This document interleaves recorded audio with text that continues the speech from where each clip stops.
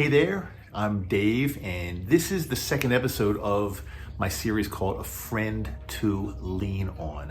Yes, this is my RV channel. I'm the RV dummy. However, I do have like a little mini series kind of like off to the side that really is not about RVing.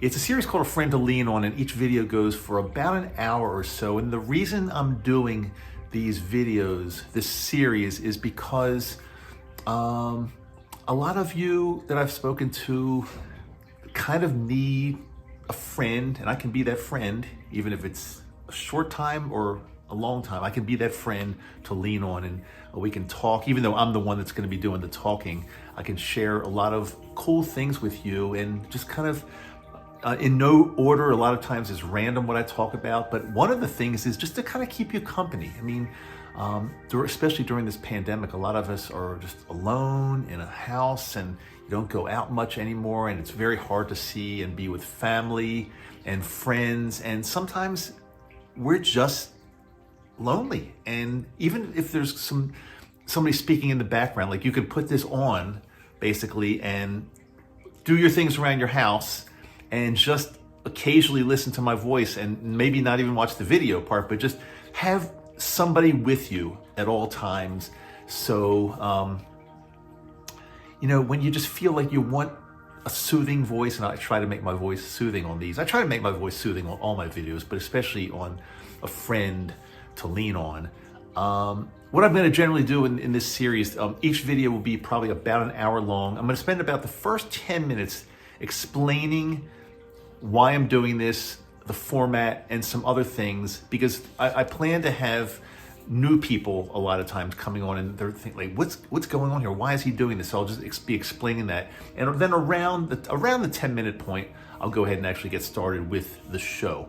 One thing I do want to say is that the series called A Friend to Lean On, which is designed just to keep you company.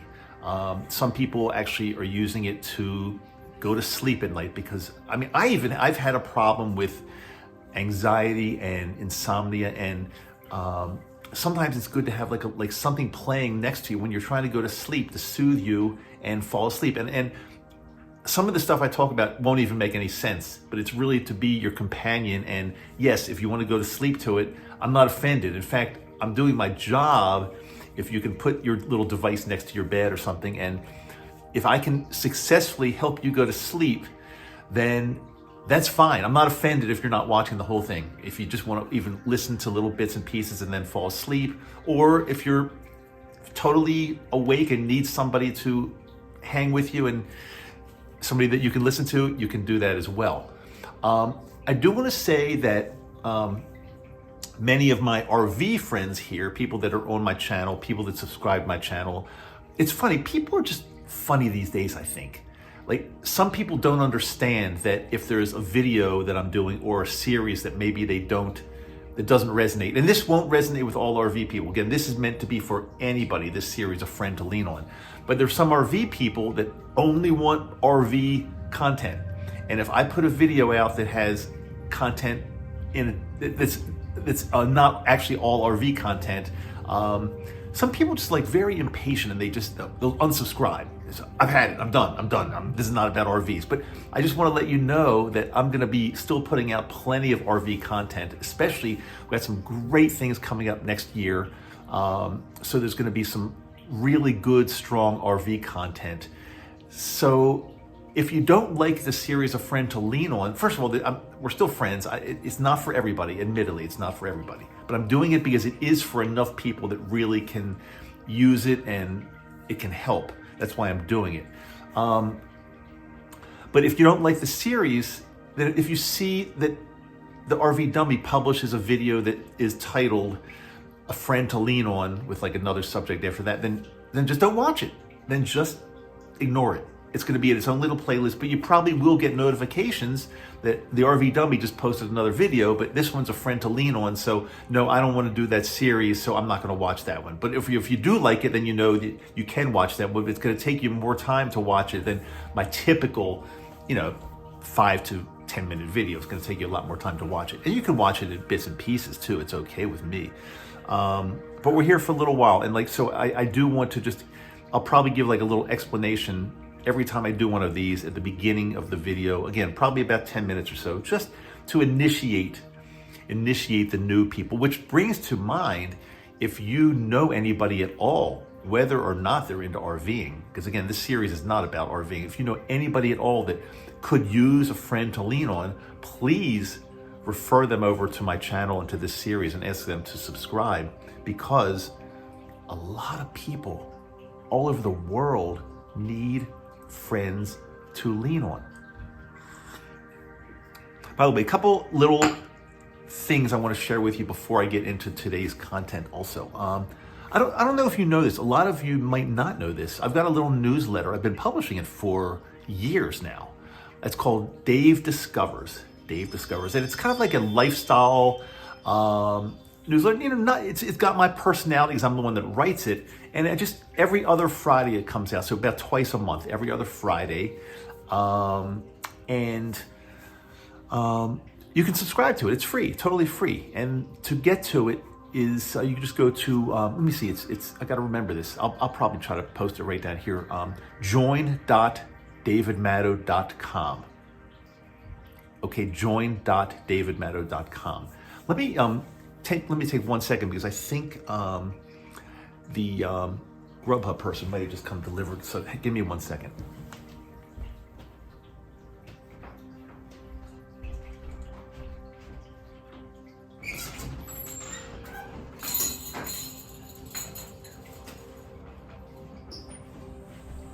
Yes, Yoko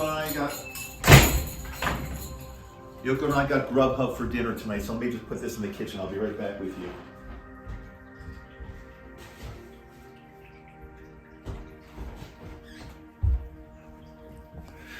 We don't like to go out to restaurants too much because of the pandemic these days, so we're trying to stay like totally safe. So we just, a lot of times we'll cook here, but then a lot of times we'll call Grubhub or go on the device and go get Grubhub. And there's some good restaurants around here to get some good food from. So I told you about my newsletter called Dave Discovers. I'd love to have you join that.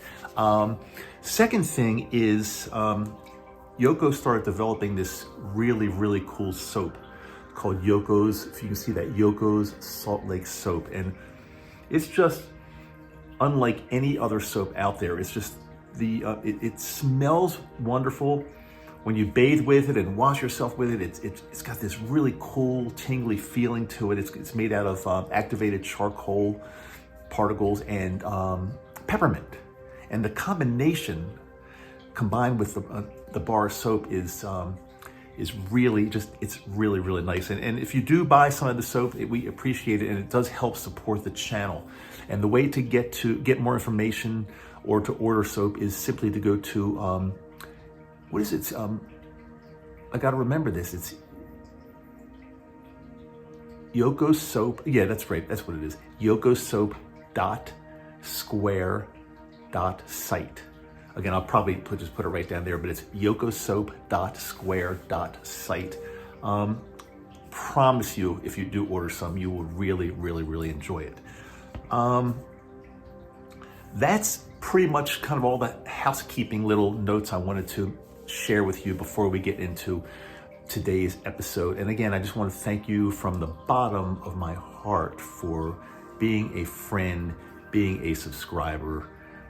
Because if you've gotten this far, that means you're somewhat connected and you need a friend to lean on, or you like to have, you might not need a friend, but you like to have, I shouldn't say need, because that sounds a little weird. Like if I weren't here, you'd be in big trouble. No, you probably have other friends you can lean on as well. But I can be your friend. I can be your virtual friend for at least an hour every time I put an episode like this out.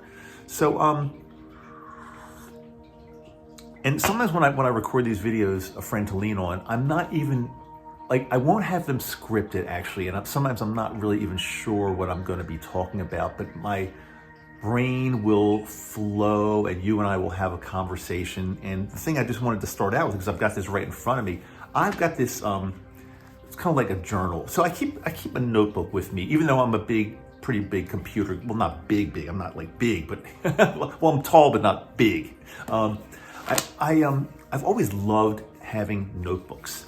I carry a notebook and a pen with me pretty much wherever I am. So if I'm home, it'll usually just be on the table here, or if I go out, I'll bring it in the car with me. And the reason I do that is because if I ever have any ideas about anything, I just love to write them down, but not only write them down on a scratch piece of paper somewhere, but in a place where I know that if I want to go back and review my notes or review my ideas or review some goals or whatever they might be, I know they're always going to be in the same place in the same book. And I've been doing this for years, and I don't write a ton, and I don't write maybe not every single day, but it's just kind of like a way to take notes sometimes, just keep them always handy. And a book like this, and it's got a lot of pages to it, will generally last me anywhere from 8 to 10, 8 to 11 months. And then what I do is I have another one ready to go, and I'll label this one like whatever the date whatever the months might be. Then I have another one ready to go. I always got one, and I always have like the last few handy, kind of handy. So when I want to look back, and I might have some notes in one that I did like a year ago, and it might be something that's kind of important. So I'll always look back in previous notebooks. So it's always like a little challenge with me. Like I always want to have one that's, and I change brands sometimes depending on where I pick it up. But I always want to have one that's like super comfortable and throw it in my backpack when I want to. And this one right here I got actually from, what's it called? From Best Friends Animal Sanctuary down in southern Utah, like their little gift shop. And you know, we went down there, Yoko and I went down there last summer, and we'd like to support them. It's a really great animal sanctuary, and they have like abandoned and rescued animals, and it's massive, and it's just a really cool place. So we like to support them not only by sending donations, but when we're there, we like to go buy things in their gift shop. And so I bought this, and I just started using it. I was still finishing my other book, and I just started using this one. In November, it looks like. I always put the starting date here, so November, and it's just got like a really good feel to it. It's like a fake. I think it's a fake leather, but it's got a wonderful feel. Just it bends a little bit, like the cover, but it's not a hardback, but it's not a soft, but it's not super soft either. It's like perfect. So now I'm kind of like addicted to this one, and I can't just run into Target or Walmart and pick one of these up. If I want to get another one like this next time, we have to drive down to southern Utah and go into the gift shop and buy another one. So maybe next time we go there, I'll buy a whole stack of them, because I really love it. And they've got a website, and I went on their website to try to find, and they've got like almost everything in the gift shop is on the website, but for some reason they don't have this journal on the website. So it's like I have to go live to buy it. I could call them, I guess, and ask them what's up and can I order. That's what I'm going to do. I'm going to call them up next week. And talk to somebody in the gift shop and say, hey, can I order a stack of these journals, because I love them. And you know, southern Utah is at least 4 hours away from here, so I'm not going to just like get in my car and drive 4 hours to buy a journal or two and then come back. So we have to take Yoko and I would have to take like an actual trip, vacation, or whatever you want to call it, down there. It is beautiful. We go there. We try to go there once a year, and we can actually stay there. They've got like cottages and cabins, and they actually have an RV park at the animal sanctuary. It's like a tremendous place, like a big piece of land, like in a canyon. It's beautiful. So they have places to stay. So we'll probably go back sometime before this journal is even finished. But I'm the type of person that wants to plan ahead. I want to be sure I can get one of these, because I love it so much. I don't want to have to go to Target and buy like a substitute, because I think I'm kind of addicted to this one now. And they only come in one color, because that kind of orange is their theme color. Would it be theme color? It's not really the right word, but they're kind of like that's not right. Their brand, maybe their brand is more of a correct term. So it's not like you can go there and get like purple and pink and black. It's going to be orange, but that's okay. I love it, and I want to go back and get more of those. But speaking of southern Utah, we love living in Utah, because you can get to so many cool places within less than a day's drive. Like we can drive to southern Utah is like Zion National Park and Kanab, Utah, and just a lot of, it's just beautiful down there. But then if you go a little further into Arizona, you're in the Grand Canyon. There are just tons of national parks all around. You get to Colorado's mountains. They're not that far. We could even get to California, not all that far, relatively speaking. They used to tell me, when I lived back east, they used to tell me that, when you drive somewhere on the East Coast and you have to drive for like 5 hours, that's like a long drive. It's considered, back east, 5-hour drive is considered a long drive. Nobody wants to do it. It's super congested. It's just not fun driving 5 hours back east. But people always told me that the people out west driving have a totally different mindset. Like a 6 or 7 hour drive when you live out west, or when you're driving out west, is nothing. And I never believed that, because I'd say, the 6 hour drive is still a long drive, but it's really true. You get out on the open road here, on the interstates, the speed limit is generally around 80, unless you're right near a city. But when you're away from the cities and towns, it's generally around 80. And it's so easy to get places, and it's easier to drive, much easier to drive out west, just because it's not as congested at all. Now, if you're watching this and you live in LA, that's west, and LA is like super congested. I never really liked driving in LA. It's like too much. It's just too many roads, too many freeways, too many people to get somewhere that would normally be a 20-minute ride in normal conditions could be over an hour easily. Now, I'm not saying that traffic in LA is always bad, but let's say it's frequently bad. I don't know, I can't deal with that kind of stuff. When we were in Maryland, Yoko and I would oftentimes drive to Manhattan, which was generally a 3.5 hour drive. And that's not a difficult drive. But when you start driving on the New Jersey Turnpike, which can get really super crowded, and then you get closer and closer to Manhattan, and it's a busy day there, you can just be stuck in traffic trying to go through one of the tunnels, and it can just be a not fun mess.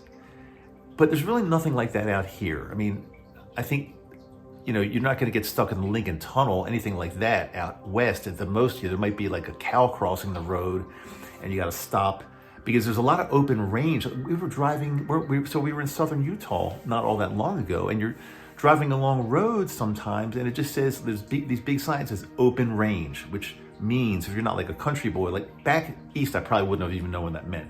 But open range just means that wildlife, cows, cattle, buffalo, whatever it might be, are free to graze and roam wherever they want, and they could just be roaming in the road. And that's why it says like open range, be careful, open range. And it's just, everything's just like wide open out here for it can be for miles and miles and miles and miles and miles. It can be a lot. So I don't know where I was even going with that. We're talking about southern Utah, and we're talking about, then we start talking about, why did I start talking about driving to Manhattan? Why did I even talk about that? Oh, because I was talking about the traffic in LA, and then comparing the traffic back east. But even driving in Manhattan, in Manhattan, in downtown Manhattan itself, is also not a lot of fun. It's just, there's too much going on. If you miss a turn, well, first of all, sometimes it's very tough to turn because there's so many pedestrians. Like, of course, when you're making a turn, you got to give all the pedestrians the right of way. So the light turns green. You can't make a right on red in the city of New York.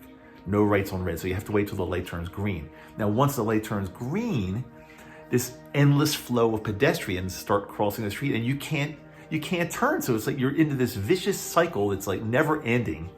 And it's just, it's not as bad as I'm making it sound sometimes, but sometimes it's worse than I'm making it sound. And there's just taxis flying all over the place, and masses of people and cars and trucks that don't really care about you. New York was like never one of my favorite places to drive. It just seems like also, let's just say in other places, I've driven all over the country. In other places, people are a little bit more forgiving and friendlier, and will happily let you in. Not all the places, because there's some places and some people that will do whatever it takes not to let you in front of them. Like they see you trying to merge in, but they will tail the person in front of them so you just can't get, because they don't want you to get in because they want to prove something. But in Manhattan, so in New York, and even on the freeways around New York, it's definitely tougher. You got to be a little bit more aggressive to like merge into traffic and change lanes and stuff. But it seems to me, and not always, but it seems like out west, people, again, they're a little more forgiving and will let you into traffic easier. But there are exceptions. Seems like there's some people out here that definitely have a point to prove, and they're aggressive. We have aggressive people here too, and they won't let you into traffic, and there's road rage here like anywhere else, I guess. And I don't know if road rage is still like a really big thing and a big problem places, or whether it's not as big as it used to be. Road rage used to be like, especially in cities like LA, road rage was like a big problem.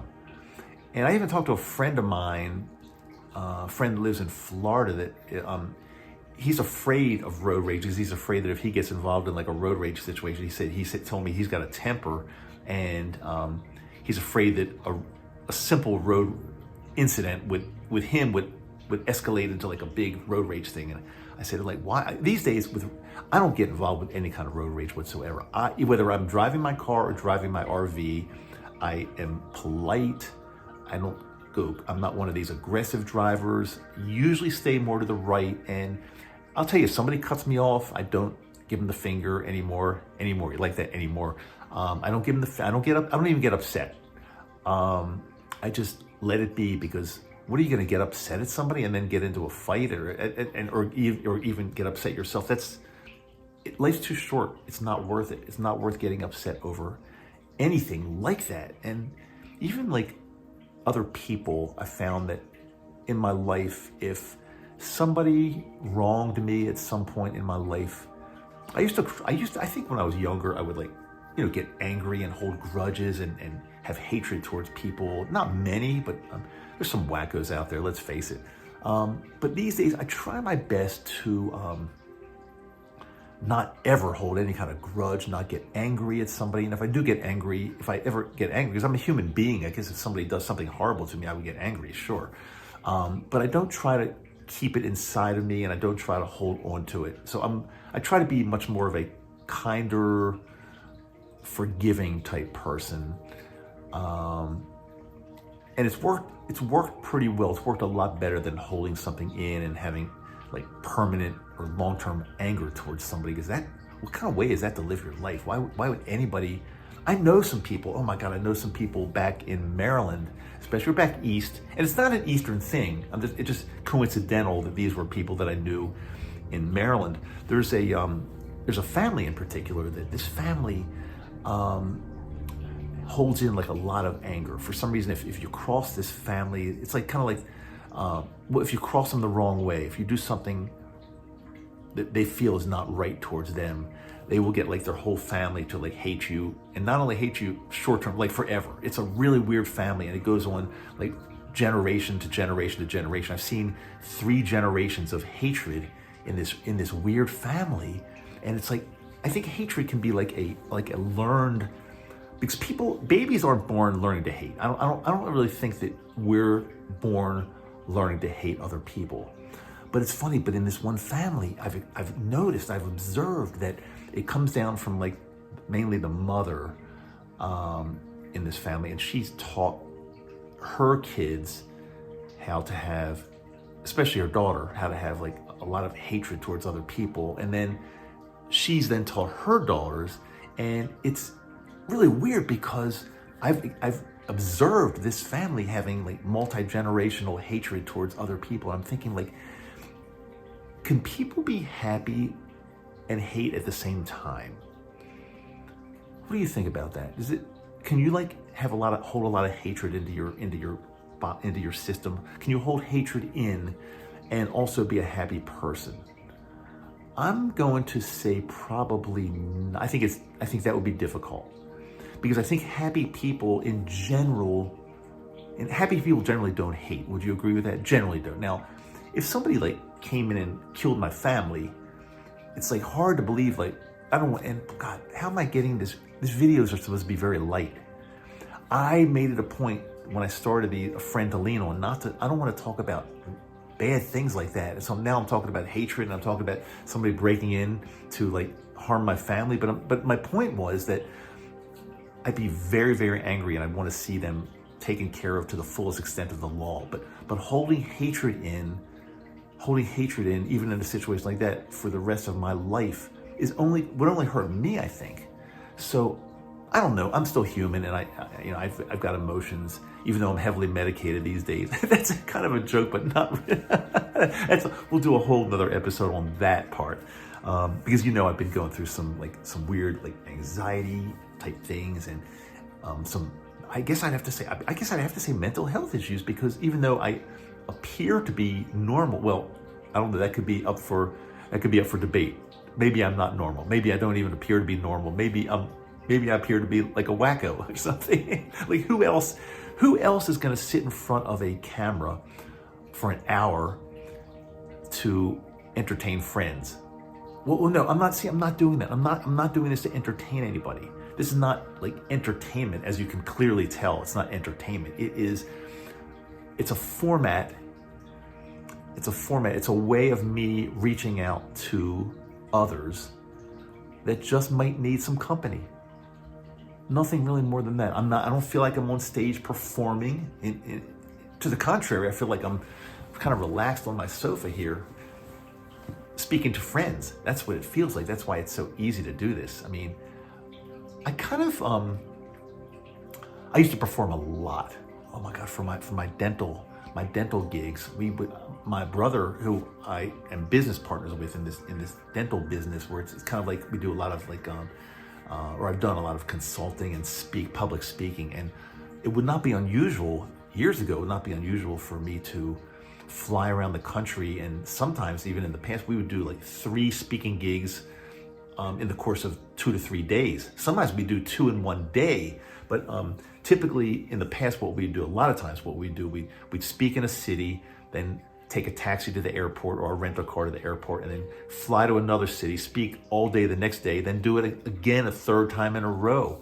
And not only was it brutal traveling to different cities every day, but then when you're there, you're on stage most of the day speaking to an audience. And that's just, I gotta be honest with you, it was a lot of fun, but it does just get old. And it gets not only old, but too much for me.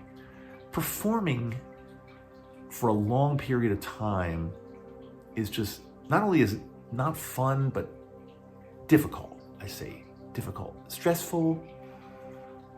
I don't know if stressful was the word. I mean, I never had stage fright or anything like that. But being in front of an audience, you've always got to be be on. So you can't just get up on stage and be boring, or else you're going to lose the audience. So you got to be on. And when you're on, I think you've got and I don't feel that way now, because again, I feel like I'm speaking to friends. This is very, very laid back. But when you're on stage speaking to a live audience of anywhere from like 100 to a couple thousand people, you got adrenaline running through your body. Now, adrenaline running through your body that puts your body into the fight or flight mode. And that is it a good thing or a bad thing? Well, it's neither. It's a necessary thing, especially millions of years ago, or hundreds of thousands of years ago, even however many years ago. Let's say many years ago, when human beings were more primitive than we are now. We would have to be out in the wild, the wilderness, and we'd have predators trying to kill us and eat us, and run away from dangerous situations. And so your nervous system goes into what's called a fight or flight mode. So it starts pumping adrenaline through your system and shuts off some of the parts of your body that are not as crucial to use when you're fighting for your life. So it's an important part of our nervous system. But then when we're not in fear of anything, or not in fear of like a predator or something like that, another part of our autonomic nervous system takes over, and that's called more the parasympathetic. The fight or flight is called the sympathetic, and the parasympathetic is more like laid back. You put the brakes on, you relax, you chill. That's the parasympathetic. So I think when I would be speaking on stage for all those years, I think my sympathetic nervous system was taking over on stage. And so it's not like a very relaxing, it's not relaxing to your body. And again, there's no right or wrong because you have both for a reason. But to be in sympathetic mode, which is the fight or flight, too much adrenaline always shooting through your body, I think that's not a good thing, and it can probably wreak havoc on your body. So maybe, I don't know, maybe like over all those years, I had just too much stimulation, too much adrenaline running through, and maybe, I mean, that could even be part of the reason contributing to my, I'm going to say mental illness, but even though, like, you don't look at me, I don't look like I need to be in a mental hospital. No, it's not. But mental illness, even if you have some type of phobia or anxiety or depression or feelings about something, it's generally not a physical, it's generally a mental problem. Now, mental problems can also lead to physical problems, and probably vice versa, but mental problems can absolutely wreak havoc and cause stress on your body and lead to physical ailments as well. So that's why if you are having any type of, even if you have some anxiety, and these days, how difficult is it not to have anxiety? I mean, with everything going on here, it's like, if you've got no anxiety whatsoever, then I almost want to say congratulations, but it's hard. I'd say it's hard not to. So if you have some anxiety that you think is more than normal, or more than is good for your body, you should probably get it checked out. You know, there's nothing to be embarrassed about as far as, I mean, we want to keep our physical bodies in check and in great shape and healthy. Why wouldn't we want to keep the mental part of our bodies in great shape as well?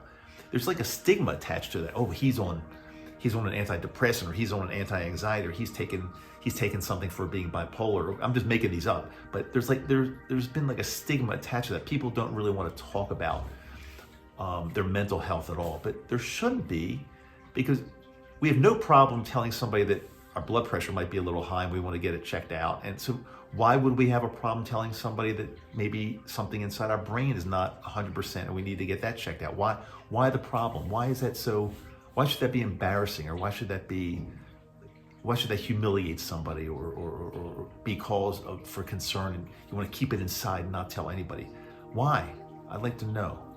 So where's I going with that? So yeah, if you're feeling any anxiety or anything else at all, and it's more than this show can help, because this show, again, it's a friend to lean on. So I'm here if you're anxious, if you're depressed about something, if you're upset, I'm here for you.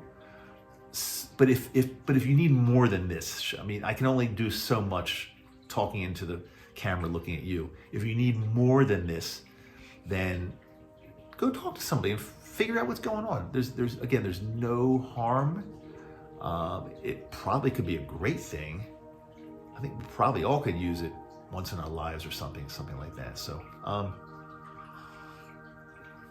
drinking my tea. By the way, I'm drinking, sometimes people ask me, if I'm doing a video, people ask me what am I drinking, coffee or tea? So I like coffee, but I'm more of a tea person. And the type of tea I'm drinking right now is hibiscus tea.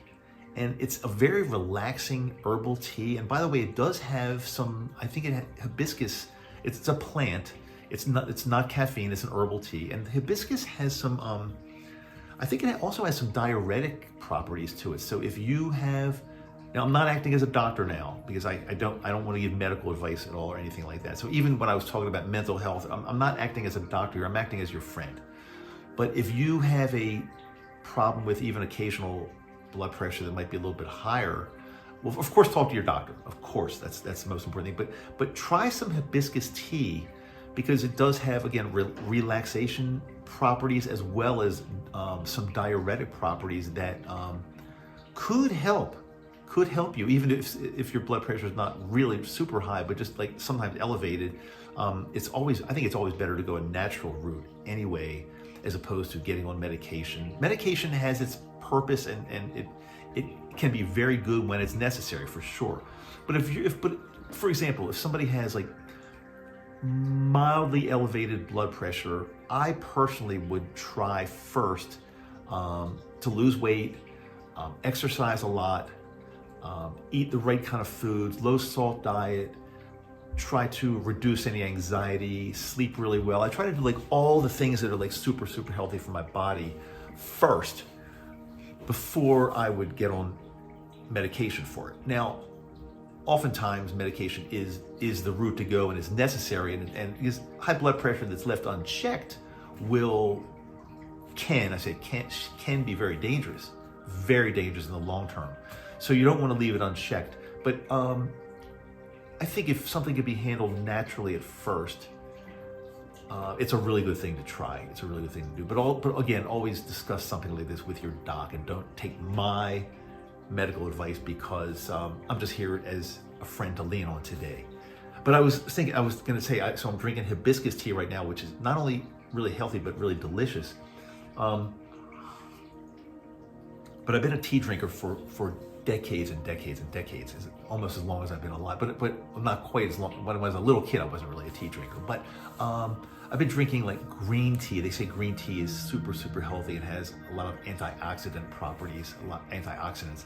I've been drinking green tea for decades.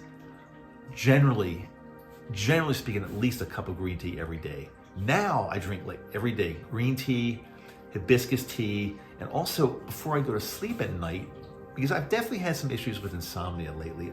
I can fall asleep without any problem, really, but it's the waking up in the middle of the night, and sometimes that's harder to go back to sleep for me. But I drink sleepy time tea before I go to bed, and that it's just a real nice, also a nice calming tea. I think it's sleepy time. It's not really like a type of tea, but it's made up of, generally they put chamomile in it and maybe a couple other blends. Well, it becomes a blend when you put other types of varieties, I guess you call it. Then it becomes a blend called sleepy time or bedtime tea. You've seen those all over the place. So I drink a lot of tea, and most of it is not caffeinated. Now, green tea has a little bit of caffeine, not nearly as much as coffee, I think, but green tea does have some caffeine. But for the most part, I drink herbal, so like hibiscus and bedtime type teas. Chamomile is one of the bedtime type teas. Did I say TV or tea? I hope I didn't say TV by accident. I'm really not much of a TV person. I watch very little TV, although this past year, because of what's been going on, of course, Yoko and I have actually gotten into more TV than we ever have, just because we're not going out. I mean, we're not going out as much. I mean, there's still things we have to do. I have to go to the grocery store. We do outdoor activities, but as far as like going out the way we used to like go out and sit in a restaurant or sit in a coffee shop or go to a shopping area or something, we don't really do that stuff much at all, because I don't know, until the numbers start going down, it gets a little bit safer. We've been staying home a lot. So yeah, so TV. I've been watching more TV in the evening than I've ever done in my life, and there's usually Netflix or Amazon Prime. Usually, there have been some great series.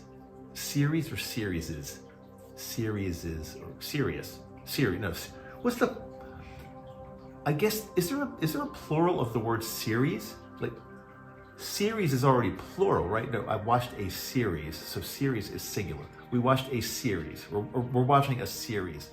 But if there are many different series, does that become we're watching several different series at the same time? I have to look that up. Shoot me a comment and let me know what the plural of the word series is. It just might be series. We're watching we're watching 3 series. We're in the middle of watching 5 series. We're watching 1 series. We're watching 10 series. That doesn't sound right. No, series is not a word. It's series. I think it's, I'm serious. It's Siri? Oh no, if I call Siri's gonna interrupt the video I'm making with you, and I can't say that word Siri because Siri will think I'm talking to her, and who knows what she's going to end up doing. So we can't do that exactly. Oh my God, I hope if you're trying to fall asleep, I hope I'm not preventing you from falling asleep, because I think I'm all over the place today. And that's what this is supposed to be. Like, if you were here visiting me, I'm in Salt Lake City now. So if you're here at my house visiting me and you're sitting on the sofa with me right here, like Adam was doing, when Adam and I were doing that multi-episode series on my crazy health scare, we'd both be sitting on the sofa on different sofas, but looking at each other. If you were here, we'd be having a conversation just like this, and would probably be all over the place. And I wouldn't be doing all the talking. When I'm hanging with other people, I like to shut up sometimes and let other people talk. As a matter of fact, this series is not for me to teach you things, it's to hang out with a friend. It's simply to hang out with a friend. But something I've learned over the years, and I guess this could be a friend talking to a friend, teaching you something.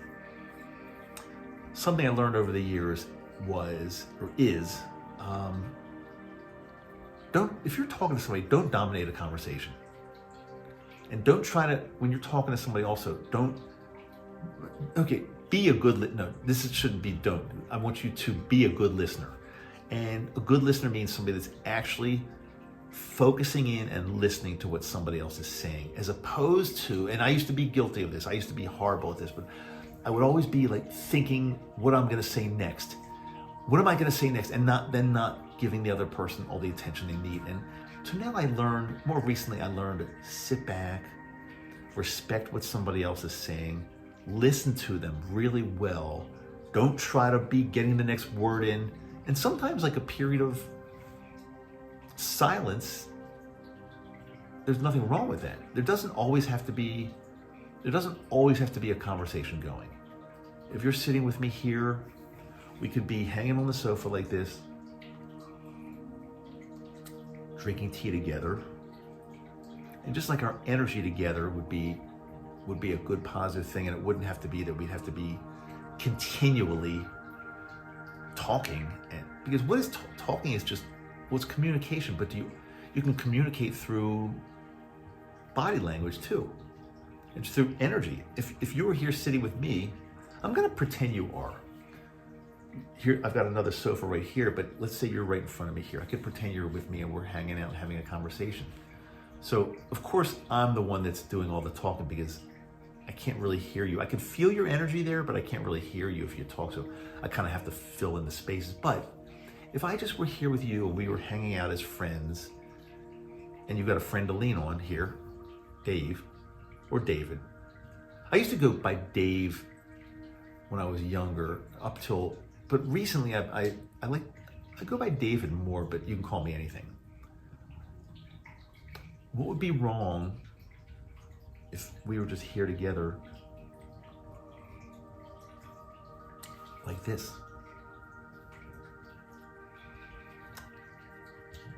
And we're not necessarily talking the whole time. We're just kind of hanging. We feel our energy together.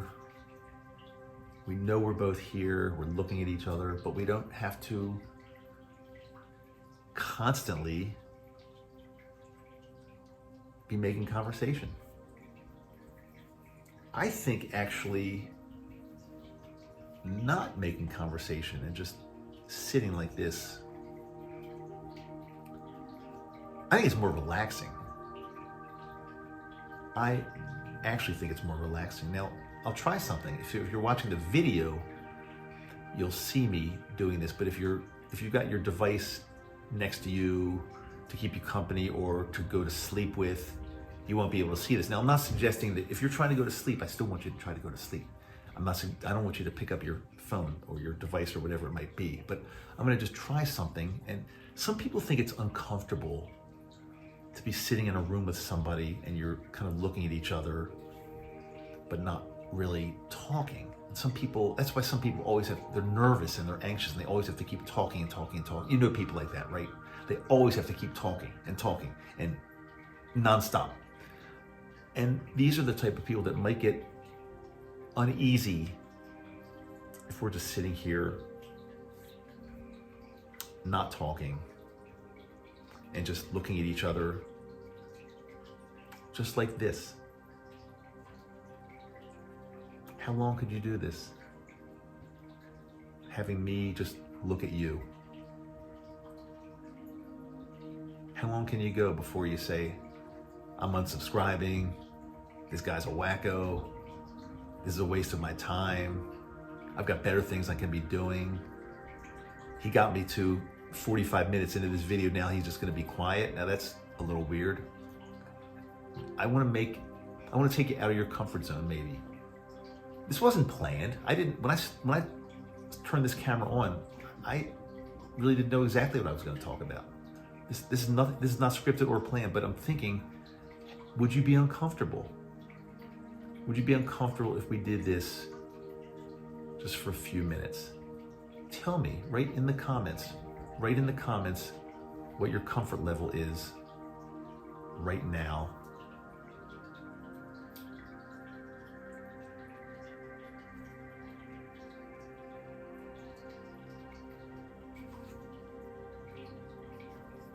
You can probably hear my fountain. It's a peaceful fountain going in the background. Can you hear that? I don't know if it's going to come onto the video or not, but listen to it.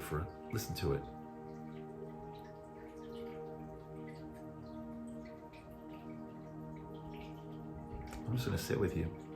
You got a friend. We're going to sit together, hang out like this, just for a little while.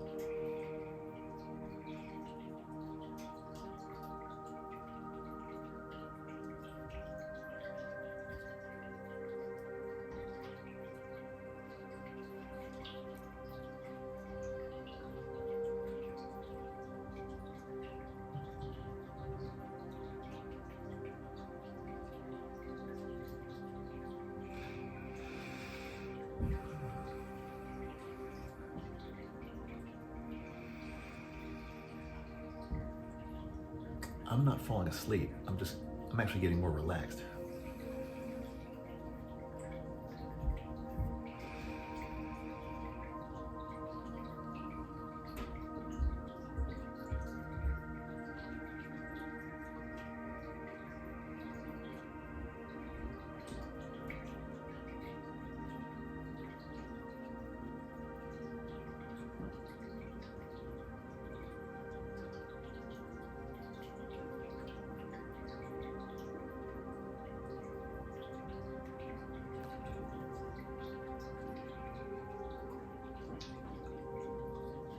I appreciate you coming, hanging out with me on my sofa to visit.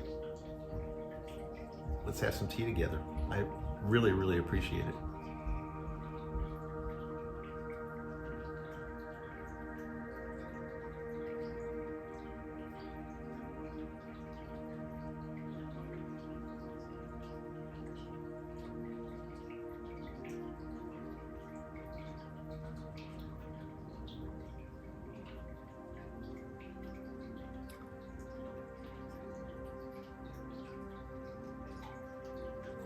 Hey friend, you still there? I think this would make some people uneasy. I hope you didn't think to yourself this is just a waste of my time, because again, I'm trying to share something with you that sitting still and not talking can be a really good thing.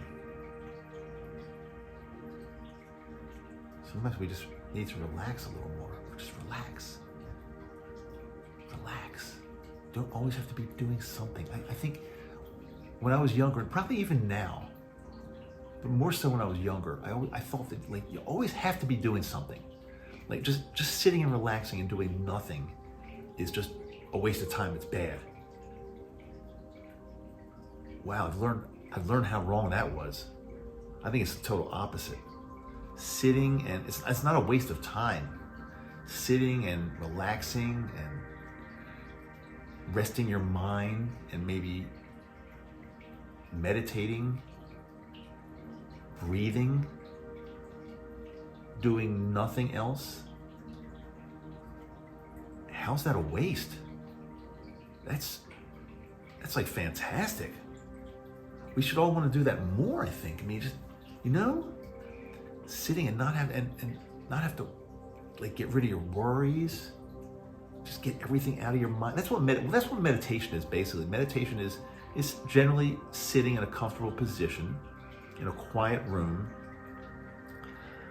generally closing your eyes, but it doesn't have to be, and clearing your mind totally of random weird thoughts and just concentrating on your breathing in and out, in and out. That's the simplest way to describe meditation. And then if a thought comes into your mind, which they will, since we're all human beings, our brains are going like 24/7, but like, so I shouldn't say if a thought comes into your mind, but like when any type of random thought comes into your mind, you just release it.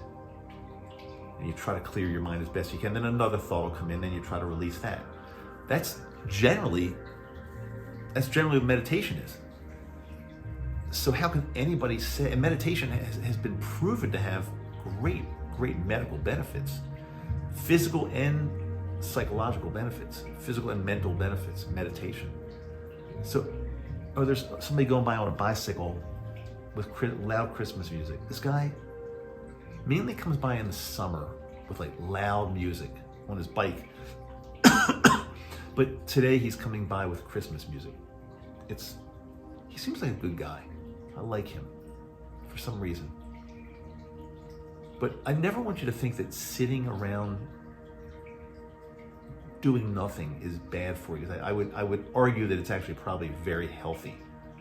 Now, you don't want to sit around all day long and do nothing all day long. I'm not suggesting that. But sitting around relaxing is a positive. Don't think you're being like non-productive because you do this sometimes. Maybe I was trained growing up, or I don't know when, but that you always have to be doing something. I don't know. I'm not really sure. Before I leave you today, I want to share some. It's right over here, so I'm going to go get it. So you're going to be staring at blank sofa for 20 seconds or less. I want to show you this. I'm really happy with this thing. So if you're listening to only audio, well, you're just going to hear blank space for just a couple seconds anyway, so don't worry.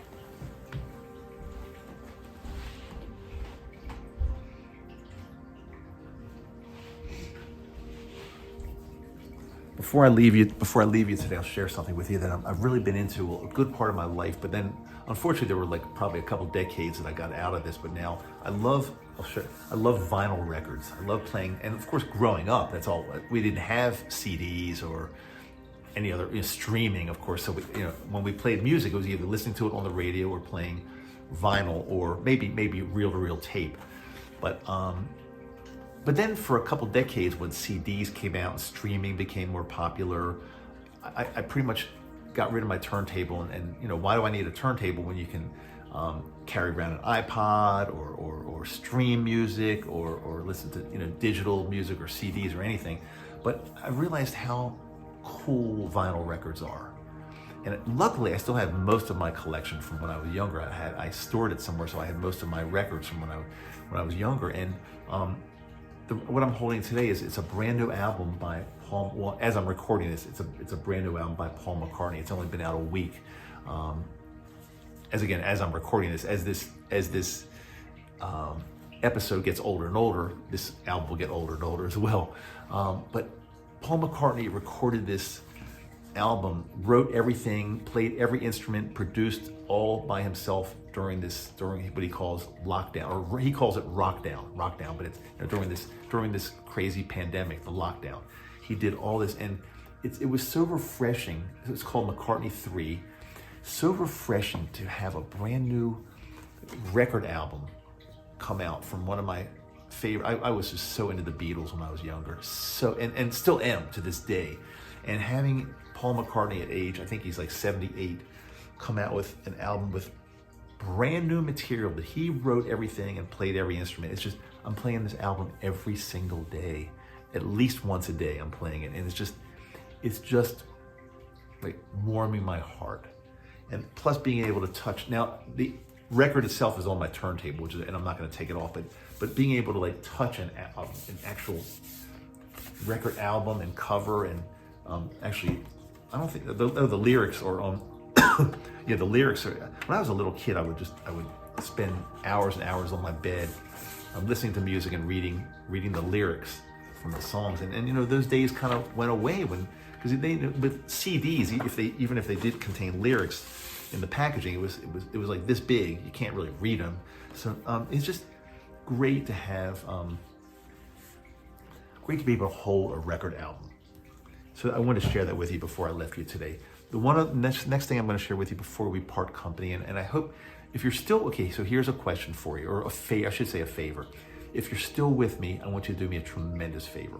I want you to write down in the comments, Dave, I'm still with you. Just write those words, Dave, I'm with you, or I'm still with you. That will let me know if people are actually watching or listening to this to the very end, or if they fell asleep, they won't see it, they won't hear that probably. And again, that's a good thing if you were able to fall asleep to this. It's a good thing.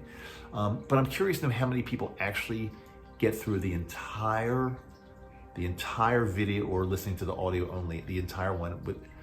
So I'm curious. So if you're at this point, please, you might be somebody that never likes to comment on things, but I'm asking you a favor from my heart. Make an exception and just say, Dave, what did I say? Say, I'm here, or I saw the end, or some comment to let me know that you saw this part. I'm here with you to the end, or whatever it might be, something like that. Before I leave you, I want to thank you for being with me and spending a good part of your day or night or evening with me. Make other comments. Just let me know what you think of the series, if you think this is worth it or not worth it. I think I am helping a bunch of people. I'm gonna go take a bath right now. Before Yoko and I eat dinner, I'm gonna take a bath, and I'm gonna use Yoko's Salt Lake soap. And remember to order your bar, and it will help the channel immensely. Go to yokosoap.square.site. It's that easy. And I look forward to, if you made it this far, I definitely look forward to seeing you my next edition of A Friend to Lean On. Until next time, I am your friend, Dave.